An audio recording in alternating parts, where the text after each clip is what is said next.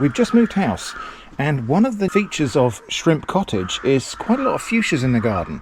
This is a fuchsia. It's one of the less hardy forms. You can tell by the thicker stems, and it's got these berries.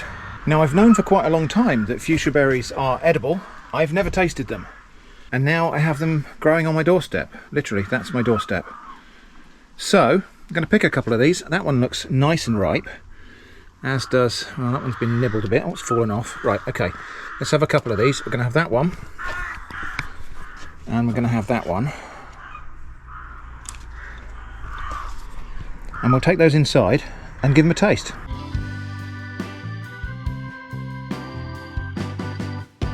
So here we are in the new Atomic Shrimp studio. It looks quite a lot like the old one, doesn't it? But I assure you, this is the new studio, although actually it's not newer because the house is older. But anyway, fuchsia berries. So I've got 3 fuchsia berries. I did pick 3 in the end. This one's been a little bit eaten by invertebrates. The other 2 are quite sound. So it's a weird squarish berry. Squarish in cross-section, probably because it's 4-lobed by the look of it. Let's cut one in half and have a look. See what they look like inside. So, inside, yeah, we can see it's a kind of 4-lobed fruit, translucent. Looks a lot like a grape, actually, apart from the shape, but the flesh looks quite grape-like. I'm just going to cut this riper one in half. Perhaps we'll cut this one this way. There we go. Kind of reminiscent of maybe a kiwi fruit or something. It's got seeds arranged around a central core. The smell is really indistinct, faintly fruity, slightly some sort of spice almost. Interesting. Okay, time for a taste then. I don't know which is the optimum state of ripeness to taste this. I would say it's probably, I think this one that's really dark purple is probably overripe. I think this one's probably the one to go for. So, time for a little taste. Let's just have a close-up of what that looks like so you can see the inside of that fruit.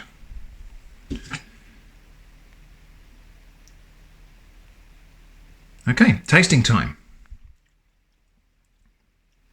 Initial burst of sweetness, really juicy. Texture a bit like lychee maybe, a bit softer than a grape. There's like an initial burst of sweetness and then it's gone.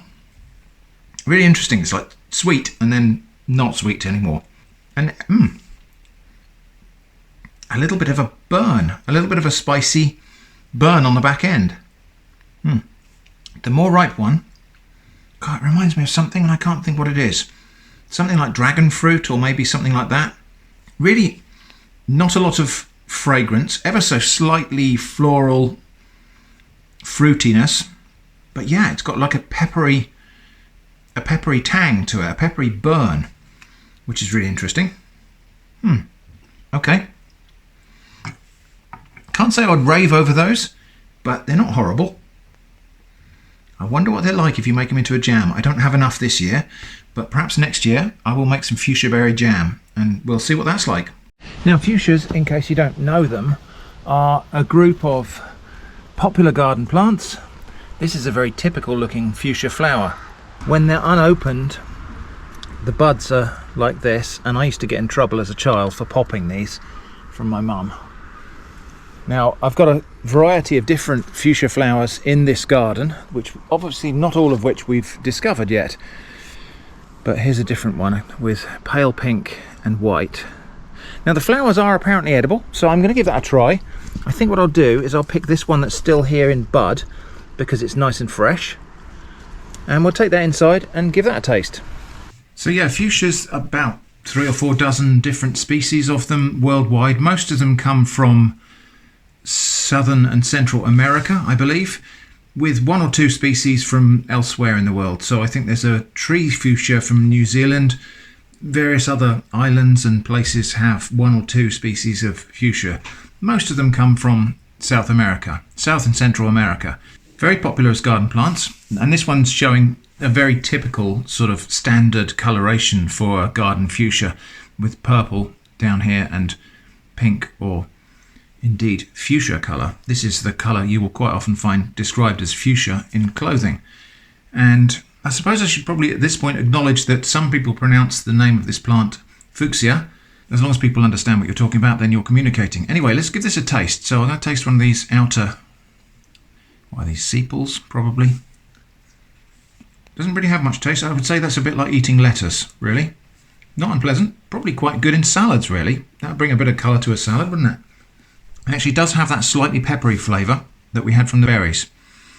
And let's have a look what else we've got here. So we've got that little whirl of inner petals. Fuchsias are related to evening primrose. The petals are slightly fleshy, a little bit like an iceberg lettuce in texture. Very little flavour, kind of vegetal, with ever so slight pepperiness, which is quite actually nice in this context. So I think fuchsia petals in a salad are going to work better for me than fuchsia berries in a pie. Anyway, now we're going to taste the anthers, or whatever these things are. Very much the same texture there, is a bit like eating cress. And now I've said cress, I'm getting a kind of cress pepperiness flavour in my mouth, but I don't know how much of that is wishful thinking. There is that slight black pepper kind of burn. The pepperiness of these actually is not exactly like black pepper. It's a little bit more like Szechuan pepper. It's a bit of a tingle as well as a burn, but it's very mild. So there we go. That was my first taste and first impression of fuchsia berries. Yeah, I think for me, the flowers are probably a more interesting food than the berries. The berries might be quite interesting thrown into something else, maybe an apple pie or something like that. And I suppose it's fair to say that I've only tasted the berries of one species or one variety of fuchsia.